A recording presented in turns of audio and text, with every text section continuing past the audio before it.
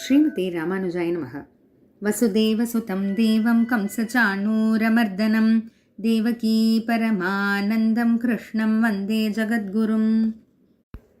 நாள்தோறும் பகவத்கீதையில் நம்ம 12வது ஸ்லோகம் பகவானோட அறிவுரை ஆரம்பிக்கிறது இல்லையா, அதை பற்றி பார்த்தோம்.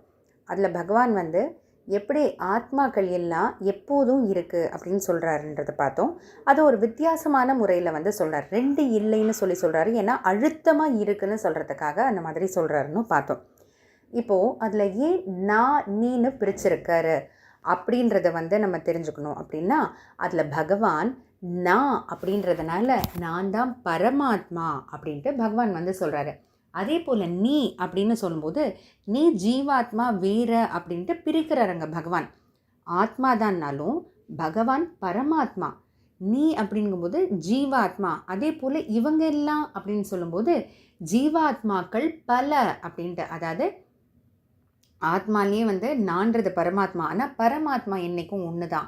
ஆனால் நீன்ற ஜீவாத்மா பல. அதாவது உன்னை போல் இங்கே இருக்காங்களே, இவங்க ஒவ்வொருத்தருக்குள்ளேயும் ஆத்மா இருக்குது, இவங்கெல்லாம் ஜீவாத்மா அப்படின்ற பிரிக்கிறதுனால தான் பகவான் நான் நீன்று சொல்கிறாரு. சரி, இதை பற்றி விவரமாக நம்ம அடுத்த வரப்போகிற தொடர்களில் பார்க்கலாம்.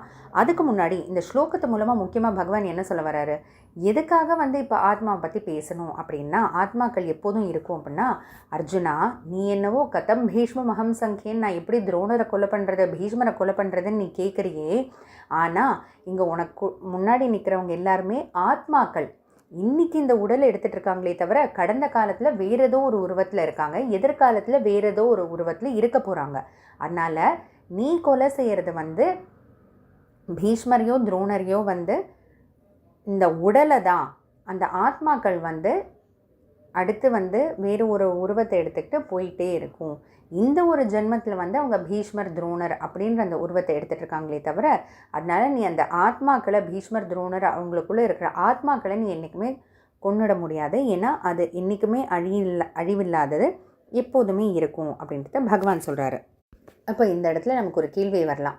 இப்போ நம்ம கூட யாரை வேணாலும் அடிச்சிட்டோ இல்லை கொலை செஞ்சுட்டோ, நான் அவங்கள கொலை செய்யலையே, ஏன்னா ஆத்மாவை கொலை செய்ய முடியாது, அவங்க இந்த பிறவியில் இந்த உடல் எடுத்துகிட்டு இருக்காங்க, அவங்களுக்குள்ளே இருக்கிற ஆத்மா கண்டிப்பாக அடுத்த ஒரு பிறவியை எடுத்துகிட்டு போயிட்டே இருக்கும் அப்படின்னு நம்ம சொல்லலாமான்னா அப்படி கிடையாது. பகவான் இந்த இடத்துல அர்ஜுனன்கிட்ட நீ ஒரு தர்ம யுத்தம் செய்கிற க்ஷத்ரியனா, ஒரு வீரனா, தர்ம யுத்தத்தில் பங்கு பெறும் ஒரு வீரனா உன்னுடைய கடமையை நீ செய்யணும், அதுக்காக பகவான் சொல்கிறாரு. இப்போ ஒன்றும் இல்லை, இப்போ நம்ம நாட்டிலேயே ஆர்மியிலலாம் நிற்கிறாங்க இல்லையா வீரர்கள், பார்டரில் இந்தியா பார்டர்லலாம் சோல்ஜர்ஸ் நிற்கிறாங்க, வீரர்கள் நிற்கிறாங்க. இப்போது பக்கத்து நாட்டிலேருந்து வேறு ஏதோ எதிரி நாட்டிலேருந்து நம்ம நாட்டை சண்டை போட்டு எல்லாரையும் அழிக்கிறதுக்கு வரும்போது அவங்க ஐயையோ நான் அஹிம்சா பரமோ தர்மக, என்றைக்கும் அஹிம்சையை தான் கடைப்பிடிக்கணும், அதுதான் என்றைக்குமே சிறந்ததுன்னு அவங்க கையில் இருக்கிற துப்பாக்கியெல்லாம் கீழே போட்டுட்டு அவங்க நின்னா நம்மளோட கதி என்ன ஆகிறது? அப்போ எதிரி நாட்டவங்க நம்ம நாட்டையே அழித்து நம்ம எல்லாரையும் சேர்த்து அழிச்சோ இல்லை அடிமைப்படுத்திடுவாங்க. ஆனால் அவங்க நம்ம எல்லாரோட நல்லதுக்காக அவங்க துப்பாக்கி தூக்கினாதான் எல்லாரும் நல்லா இருக்க முடியும். ஏன்னா அது க்ஷத்ரியனா, ஒரு வீரனா, ஒரு போர் வீரனா அவங்களுடைய கடமையை அவங்க செய்கிறாங்க. அப்போ அவங்க அதே கொலையை அவங்க செஞ்சால் அவங்களுக்கு மெடல் கிடைக்குது, அவங்களுக்கு பாராட்டு கிடைக்குது. ஆனால் இது சாதாரணப்பட்டவங்க செஞ்சால் அது கொலைன்னு சொல்லி அவங்க சிறையில் தூக்கி போடுறாங்க இல்லையா. ஏன்னா அவங்க அவங்களுடைய கடமையை செய்கிறாங்க. நம்மளோட கடமையை தாண்டி செய்யக்கூடாத விஷயத்த நம்ம செய்யக்கூடாது அப்படின்றது தான் இங்கேருந்து நம்ம தெரிஞ்சுக்கக்கூடியது. தொடர்ந்து பார்த்துட்டே வருவோம். ஏன்னா நான் நீண்ட பகவான் பிரிக்கிறார் இல்லையா, அதுக்கு பின்னாடி என்ன விஷயங்கள் இருக்குது, அந்த நான்றது என்னது, நீன்றது என்னது, இவங்க எல்லாரும்ன்றது என்னது, இதை தத்துவத்திரயம்னு சொல்லுவாங்க. அது என்னது அப்படின்றத அடுத்த தொடரில் பார்ப்போம். ஜெய் ஸ்ரீ கிருஷ்ணா.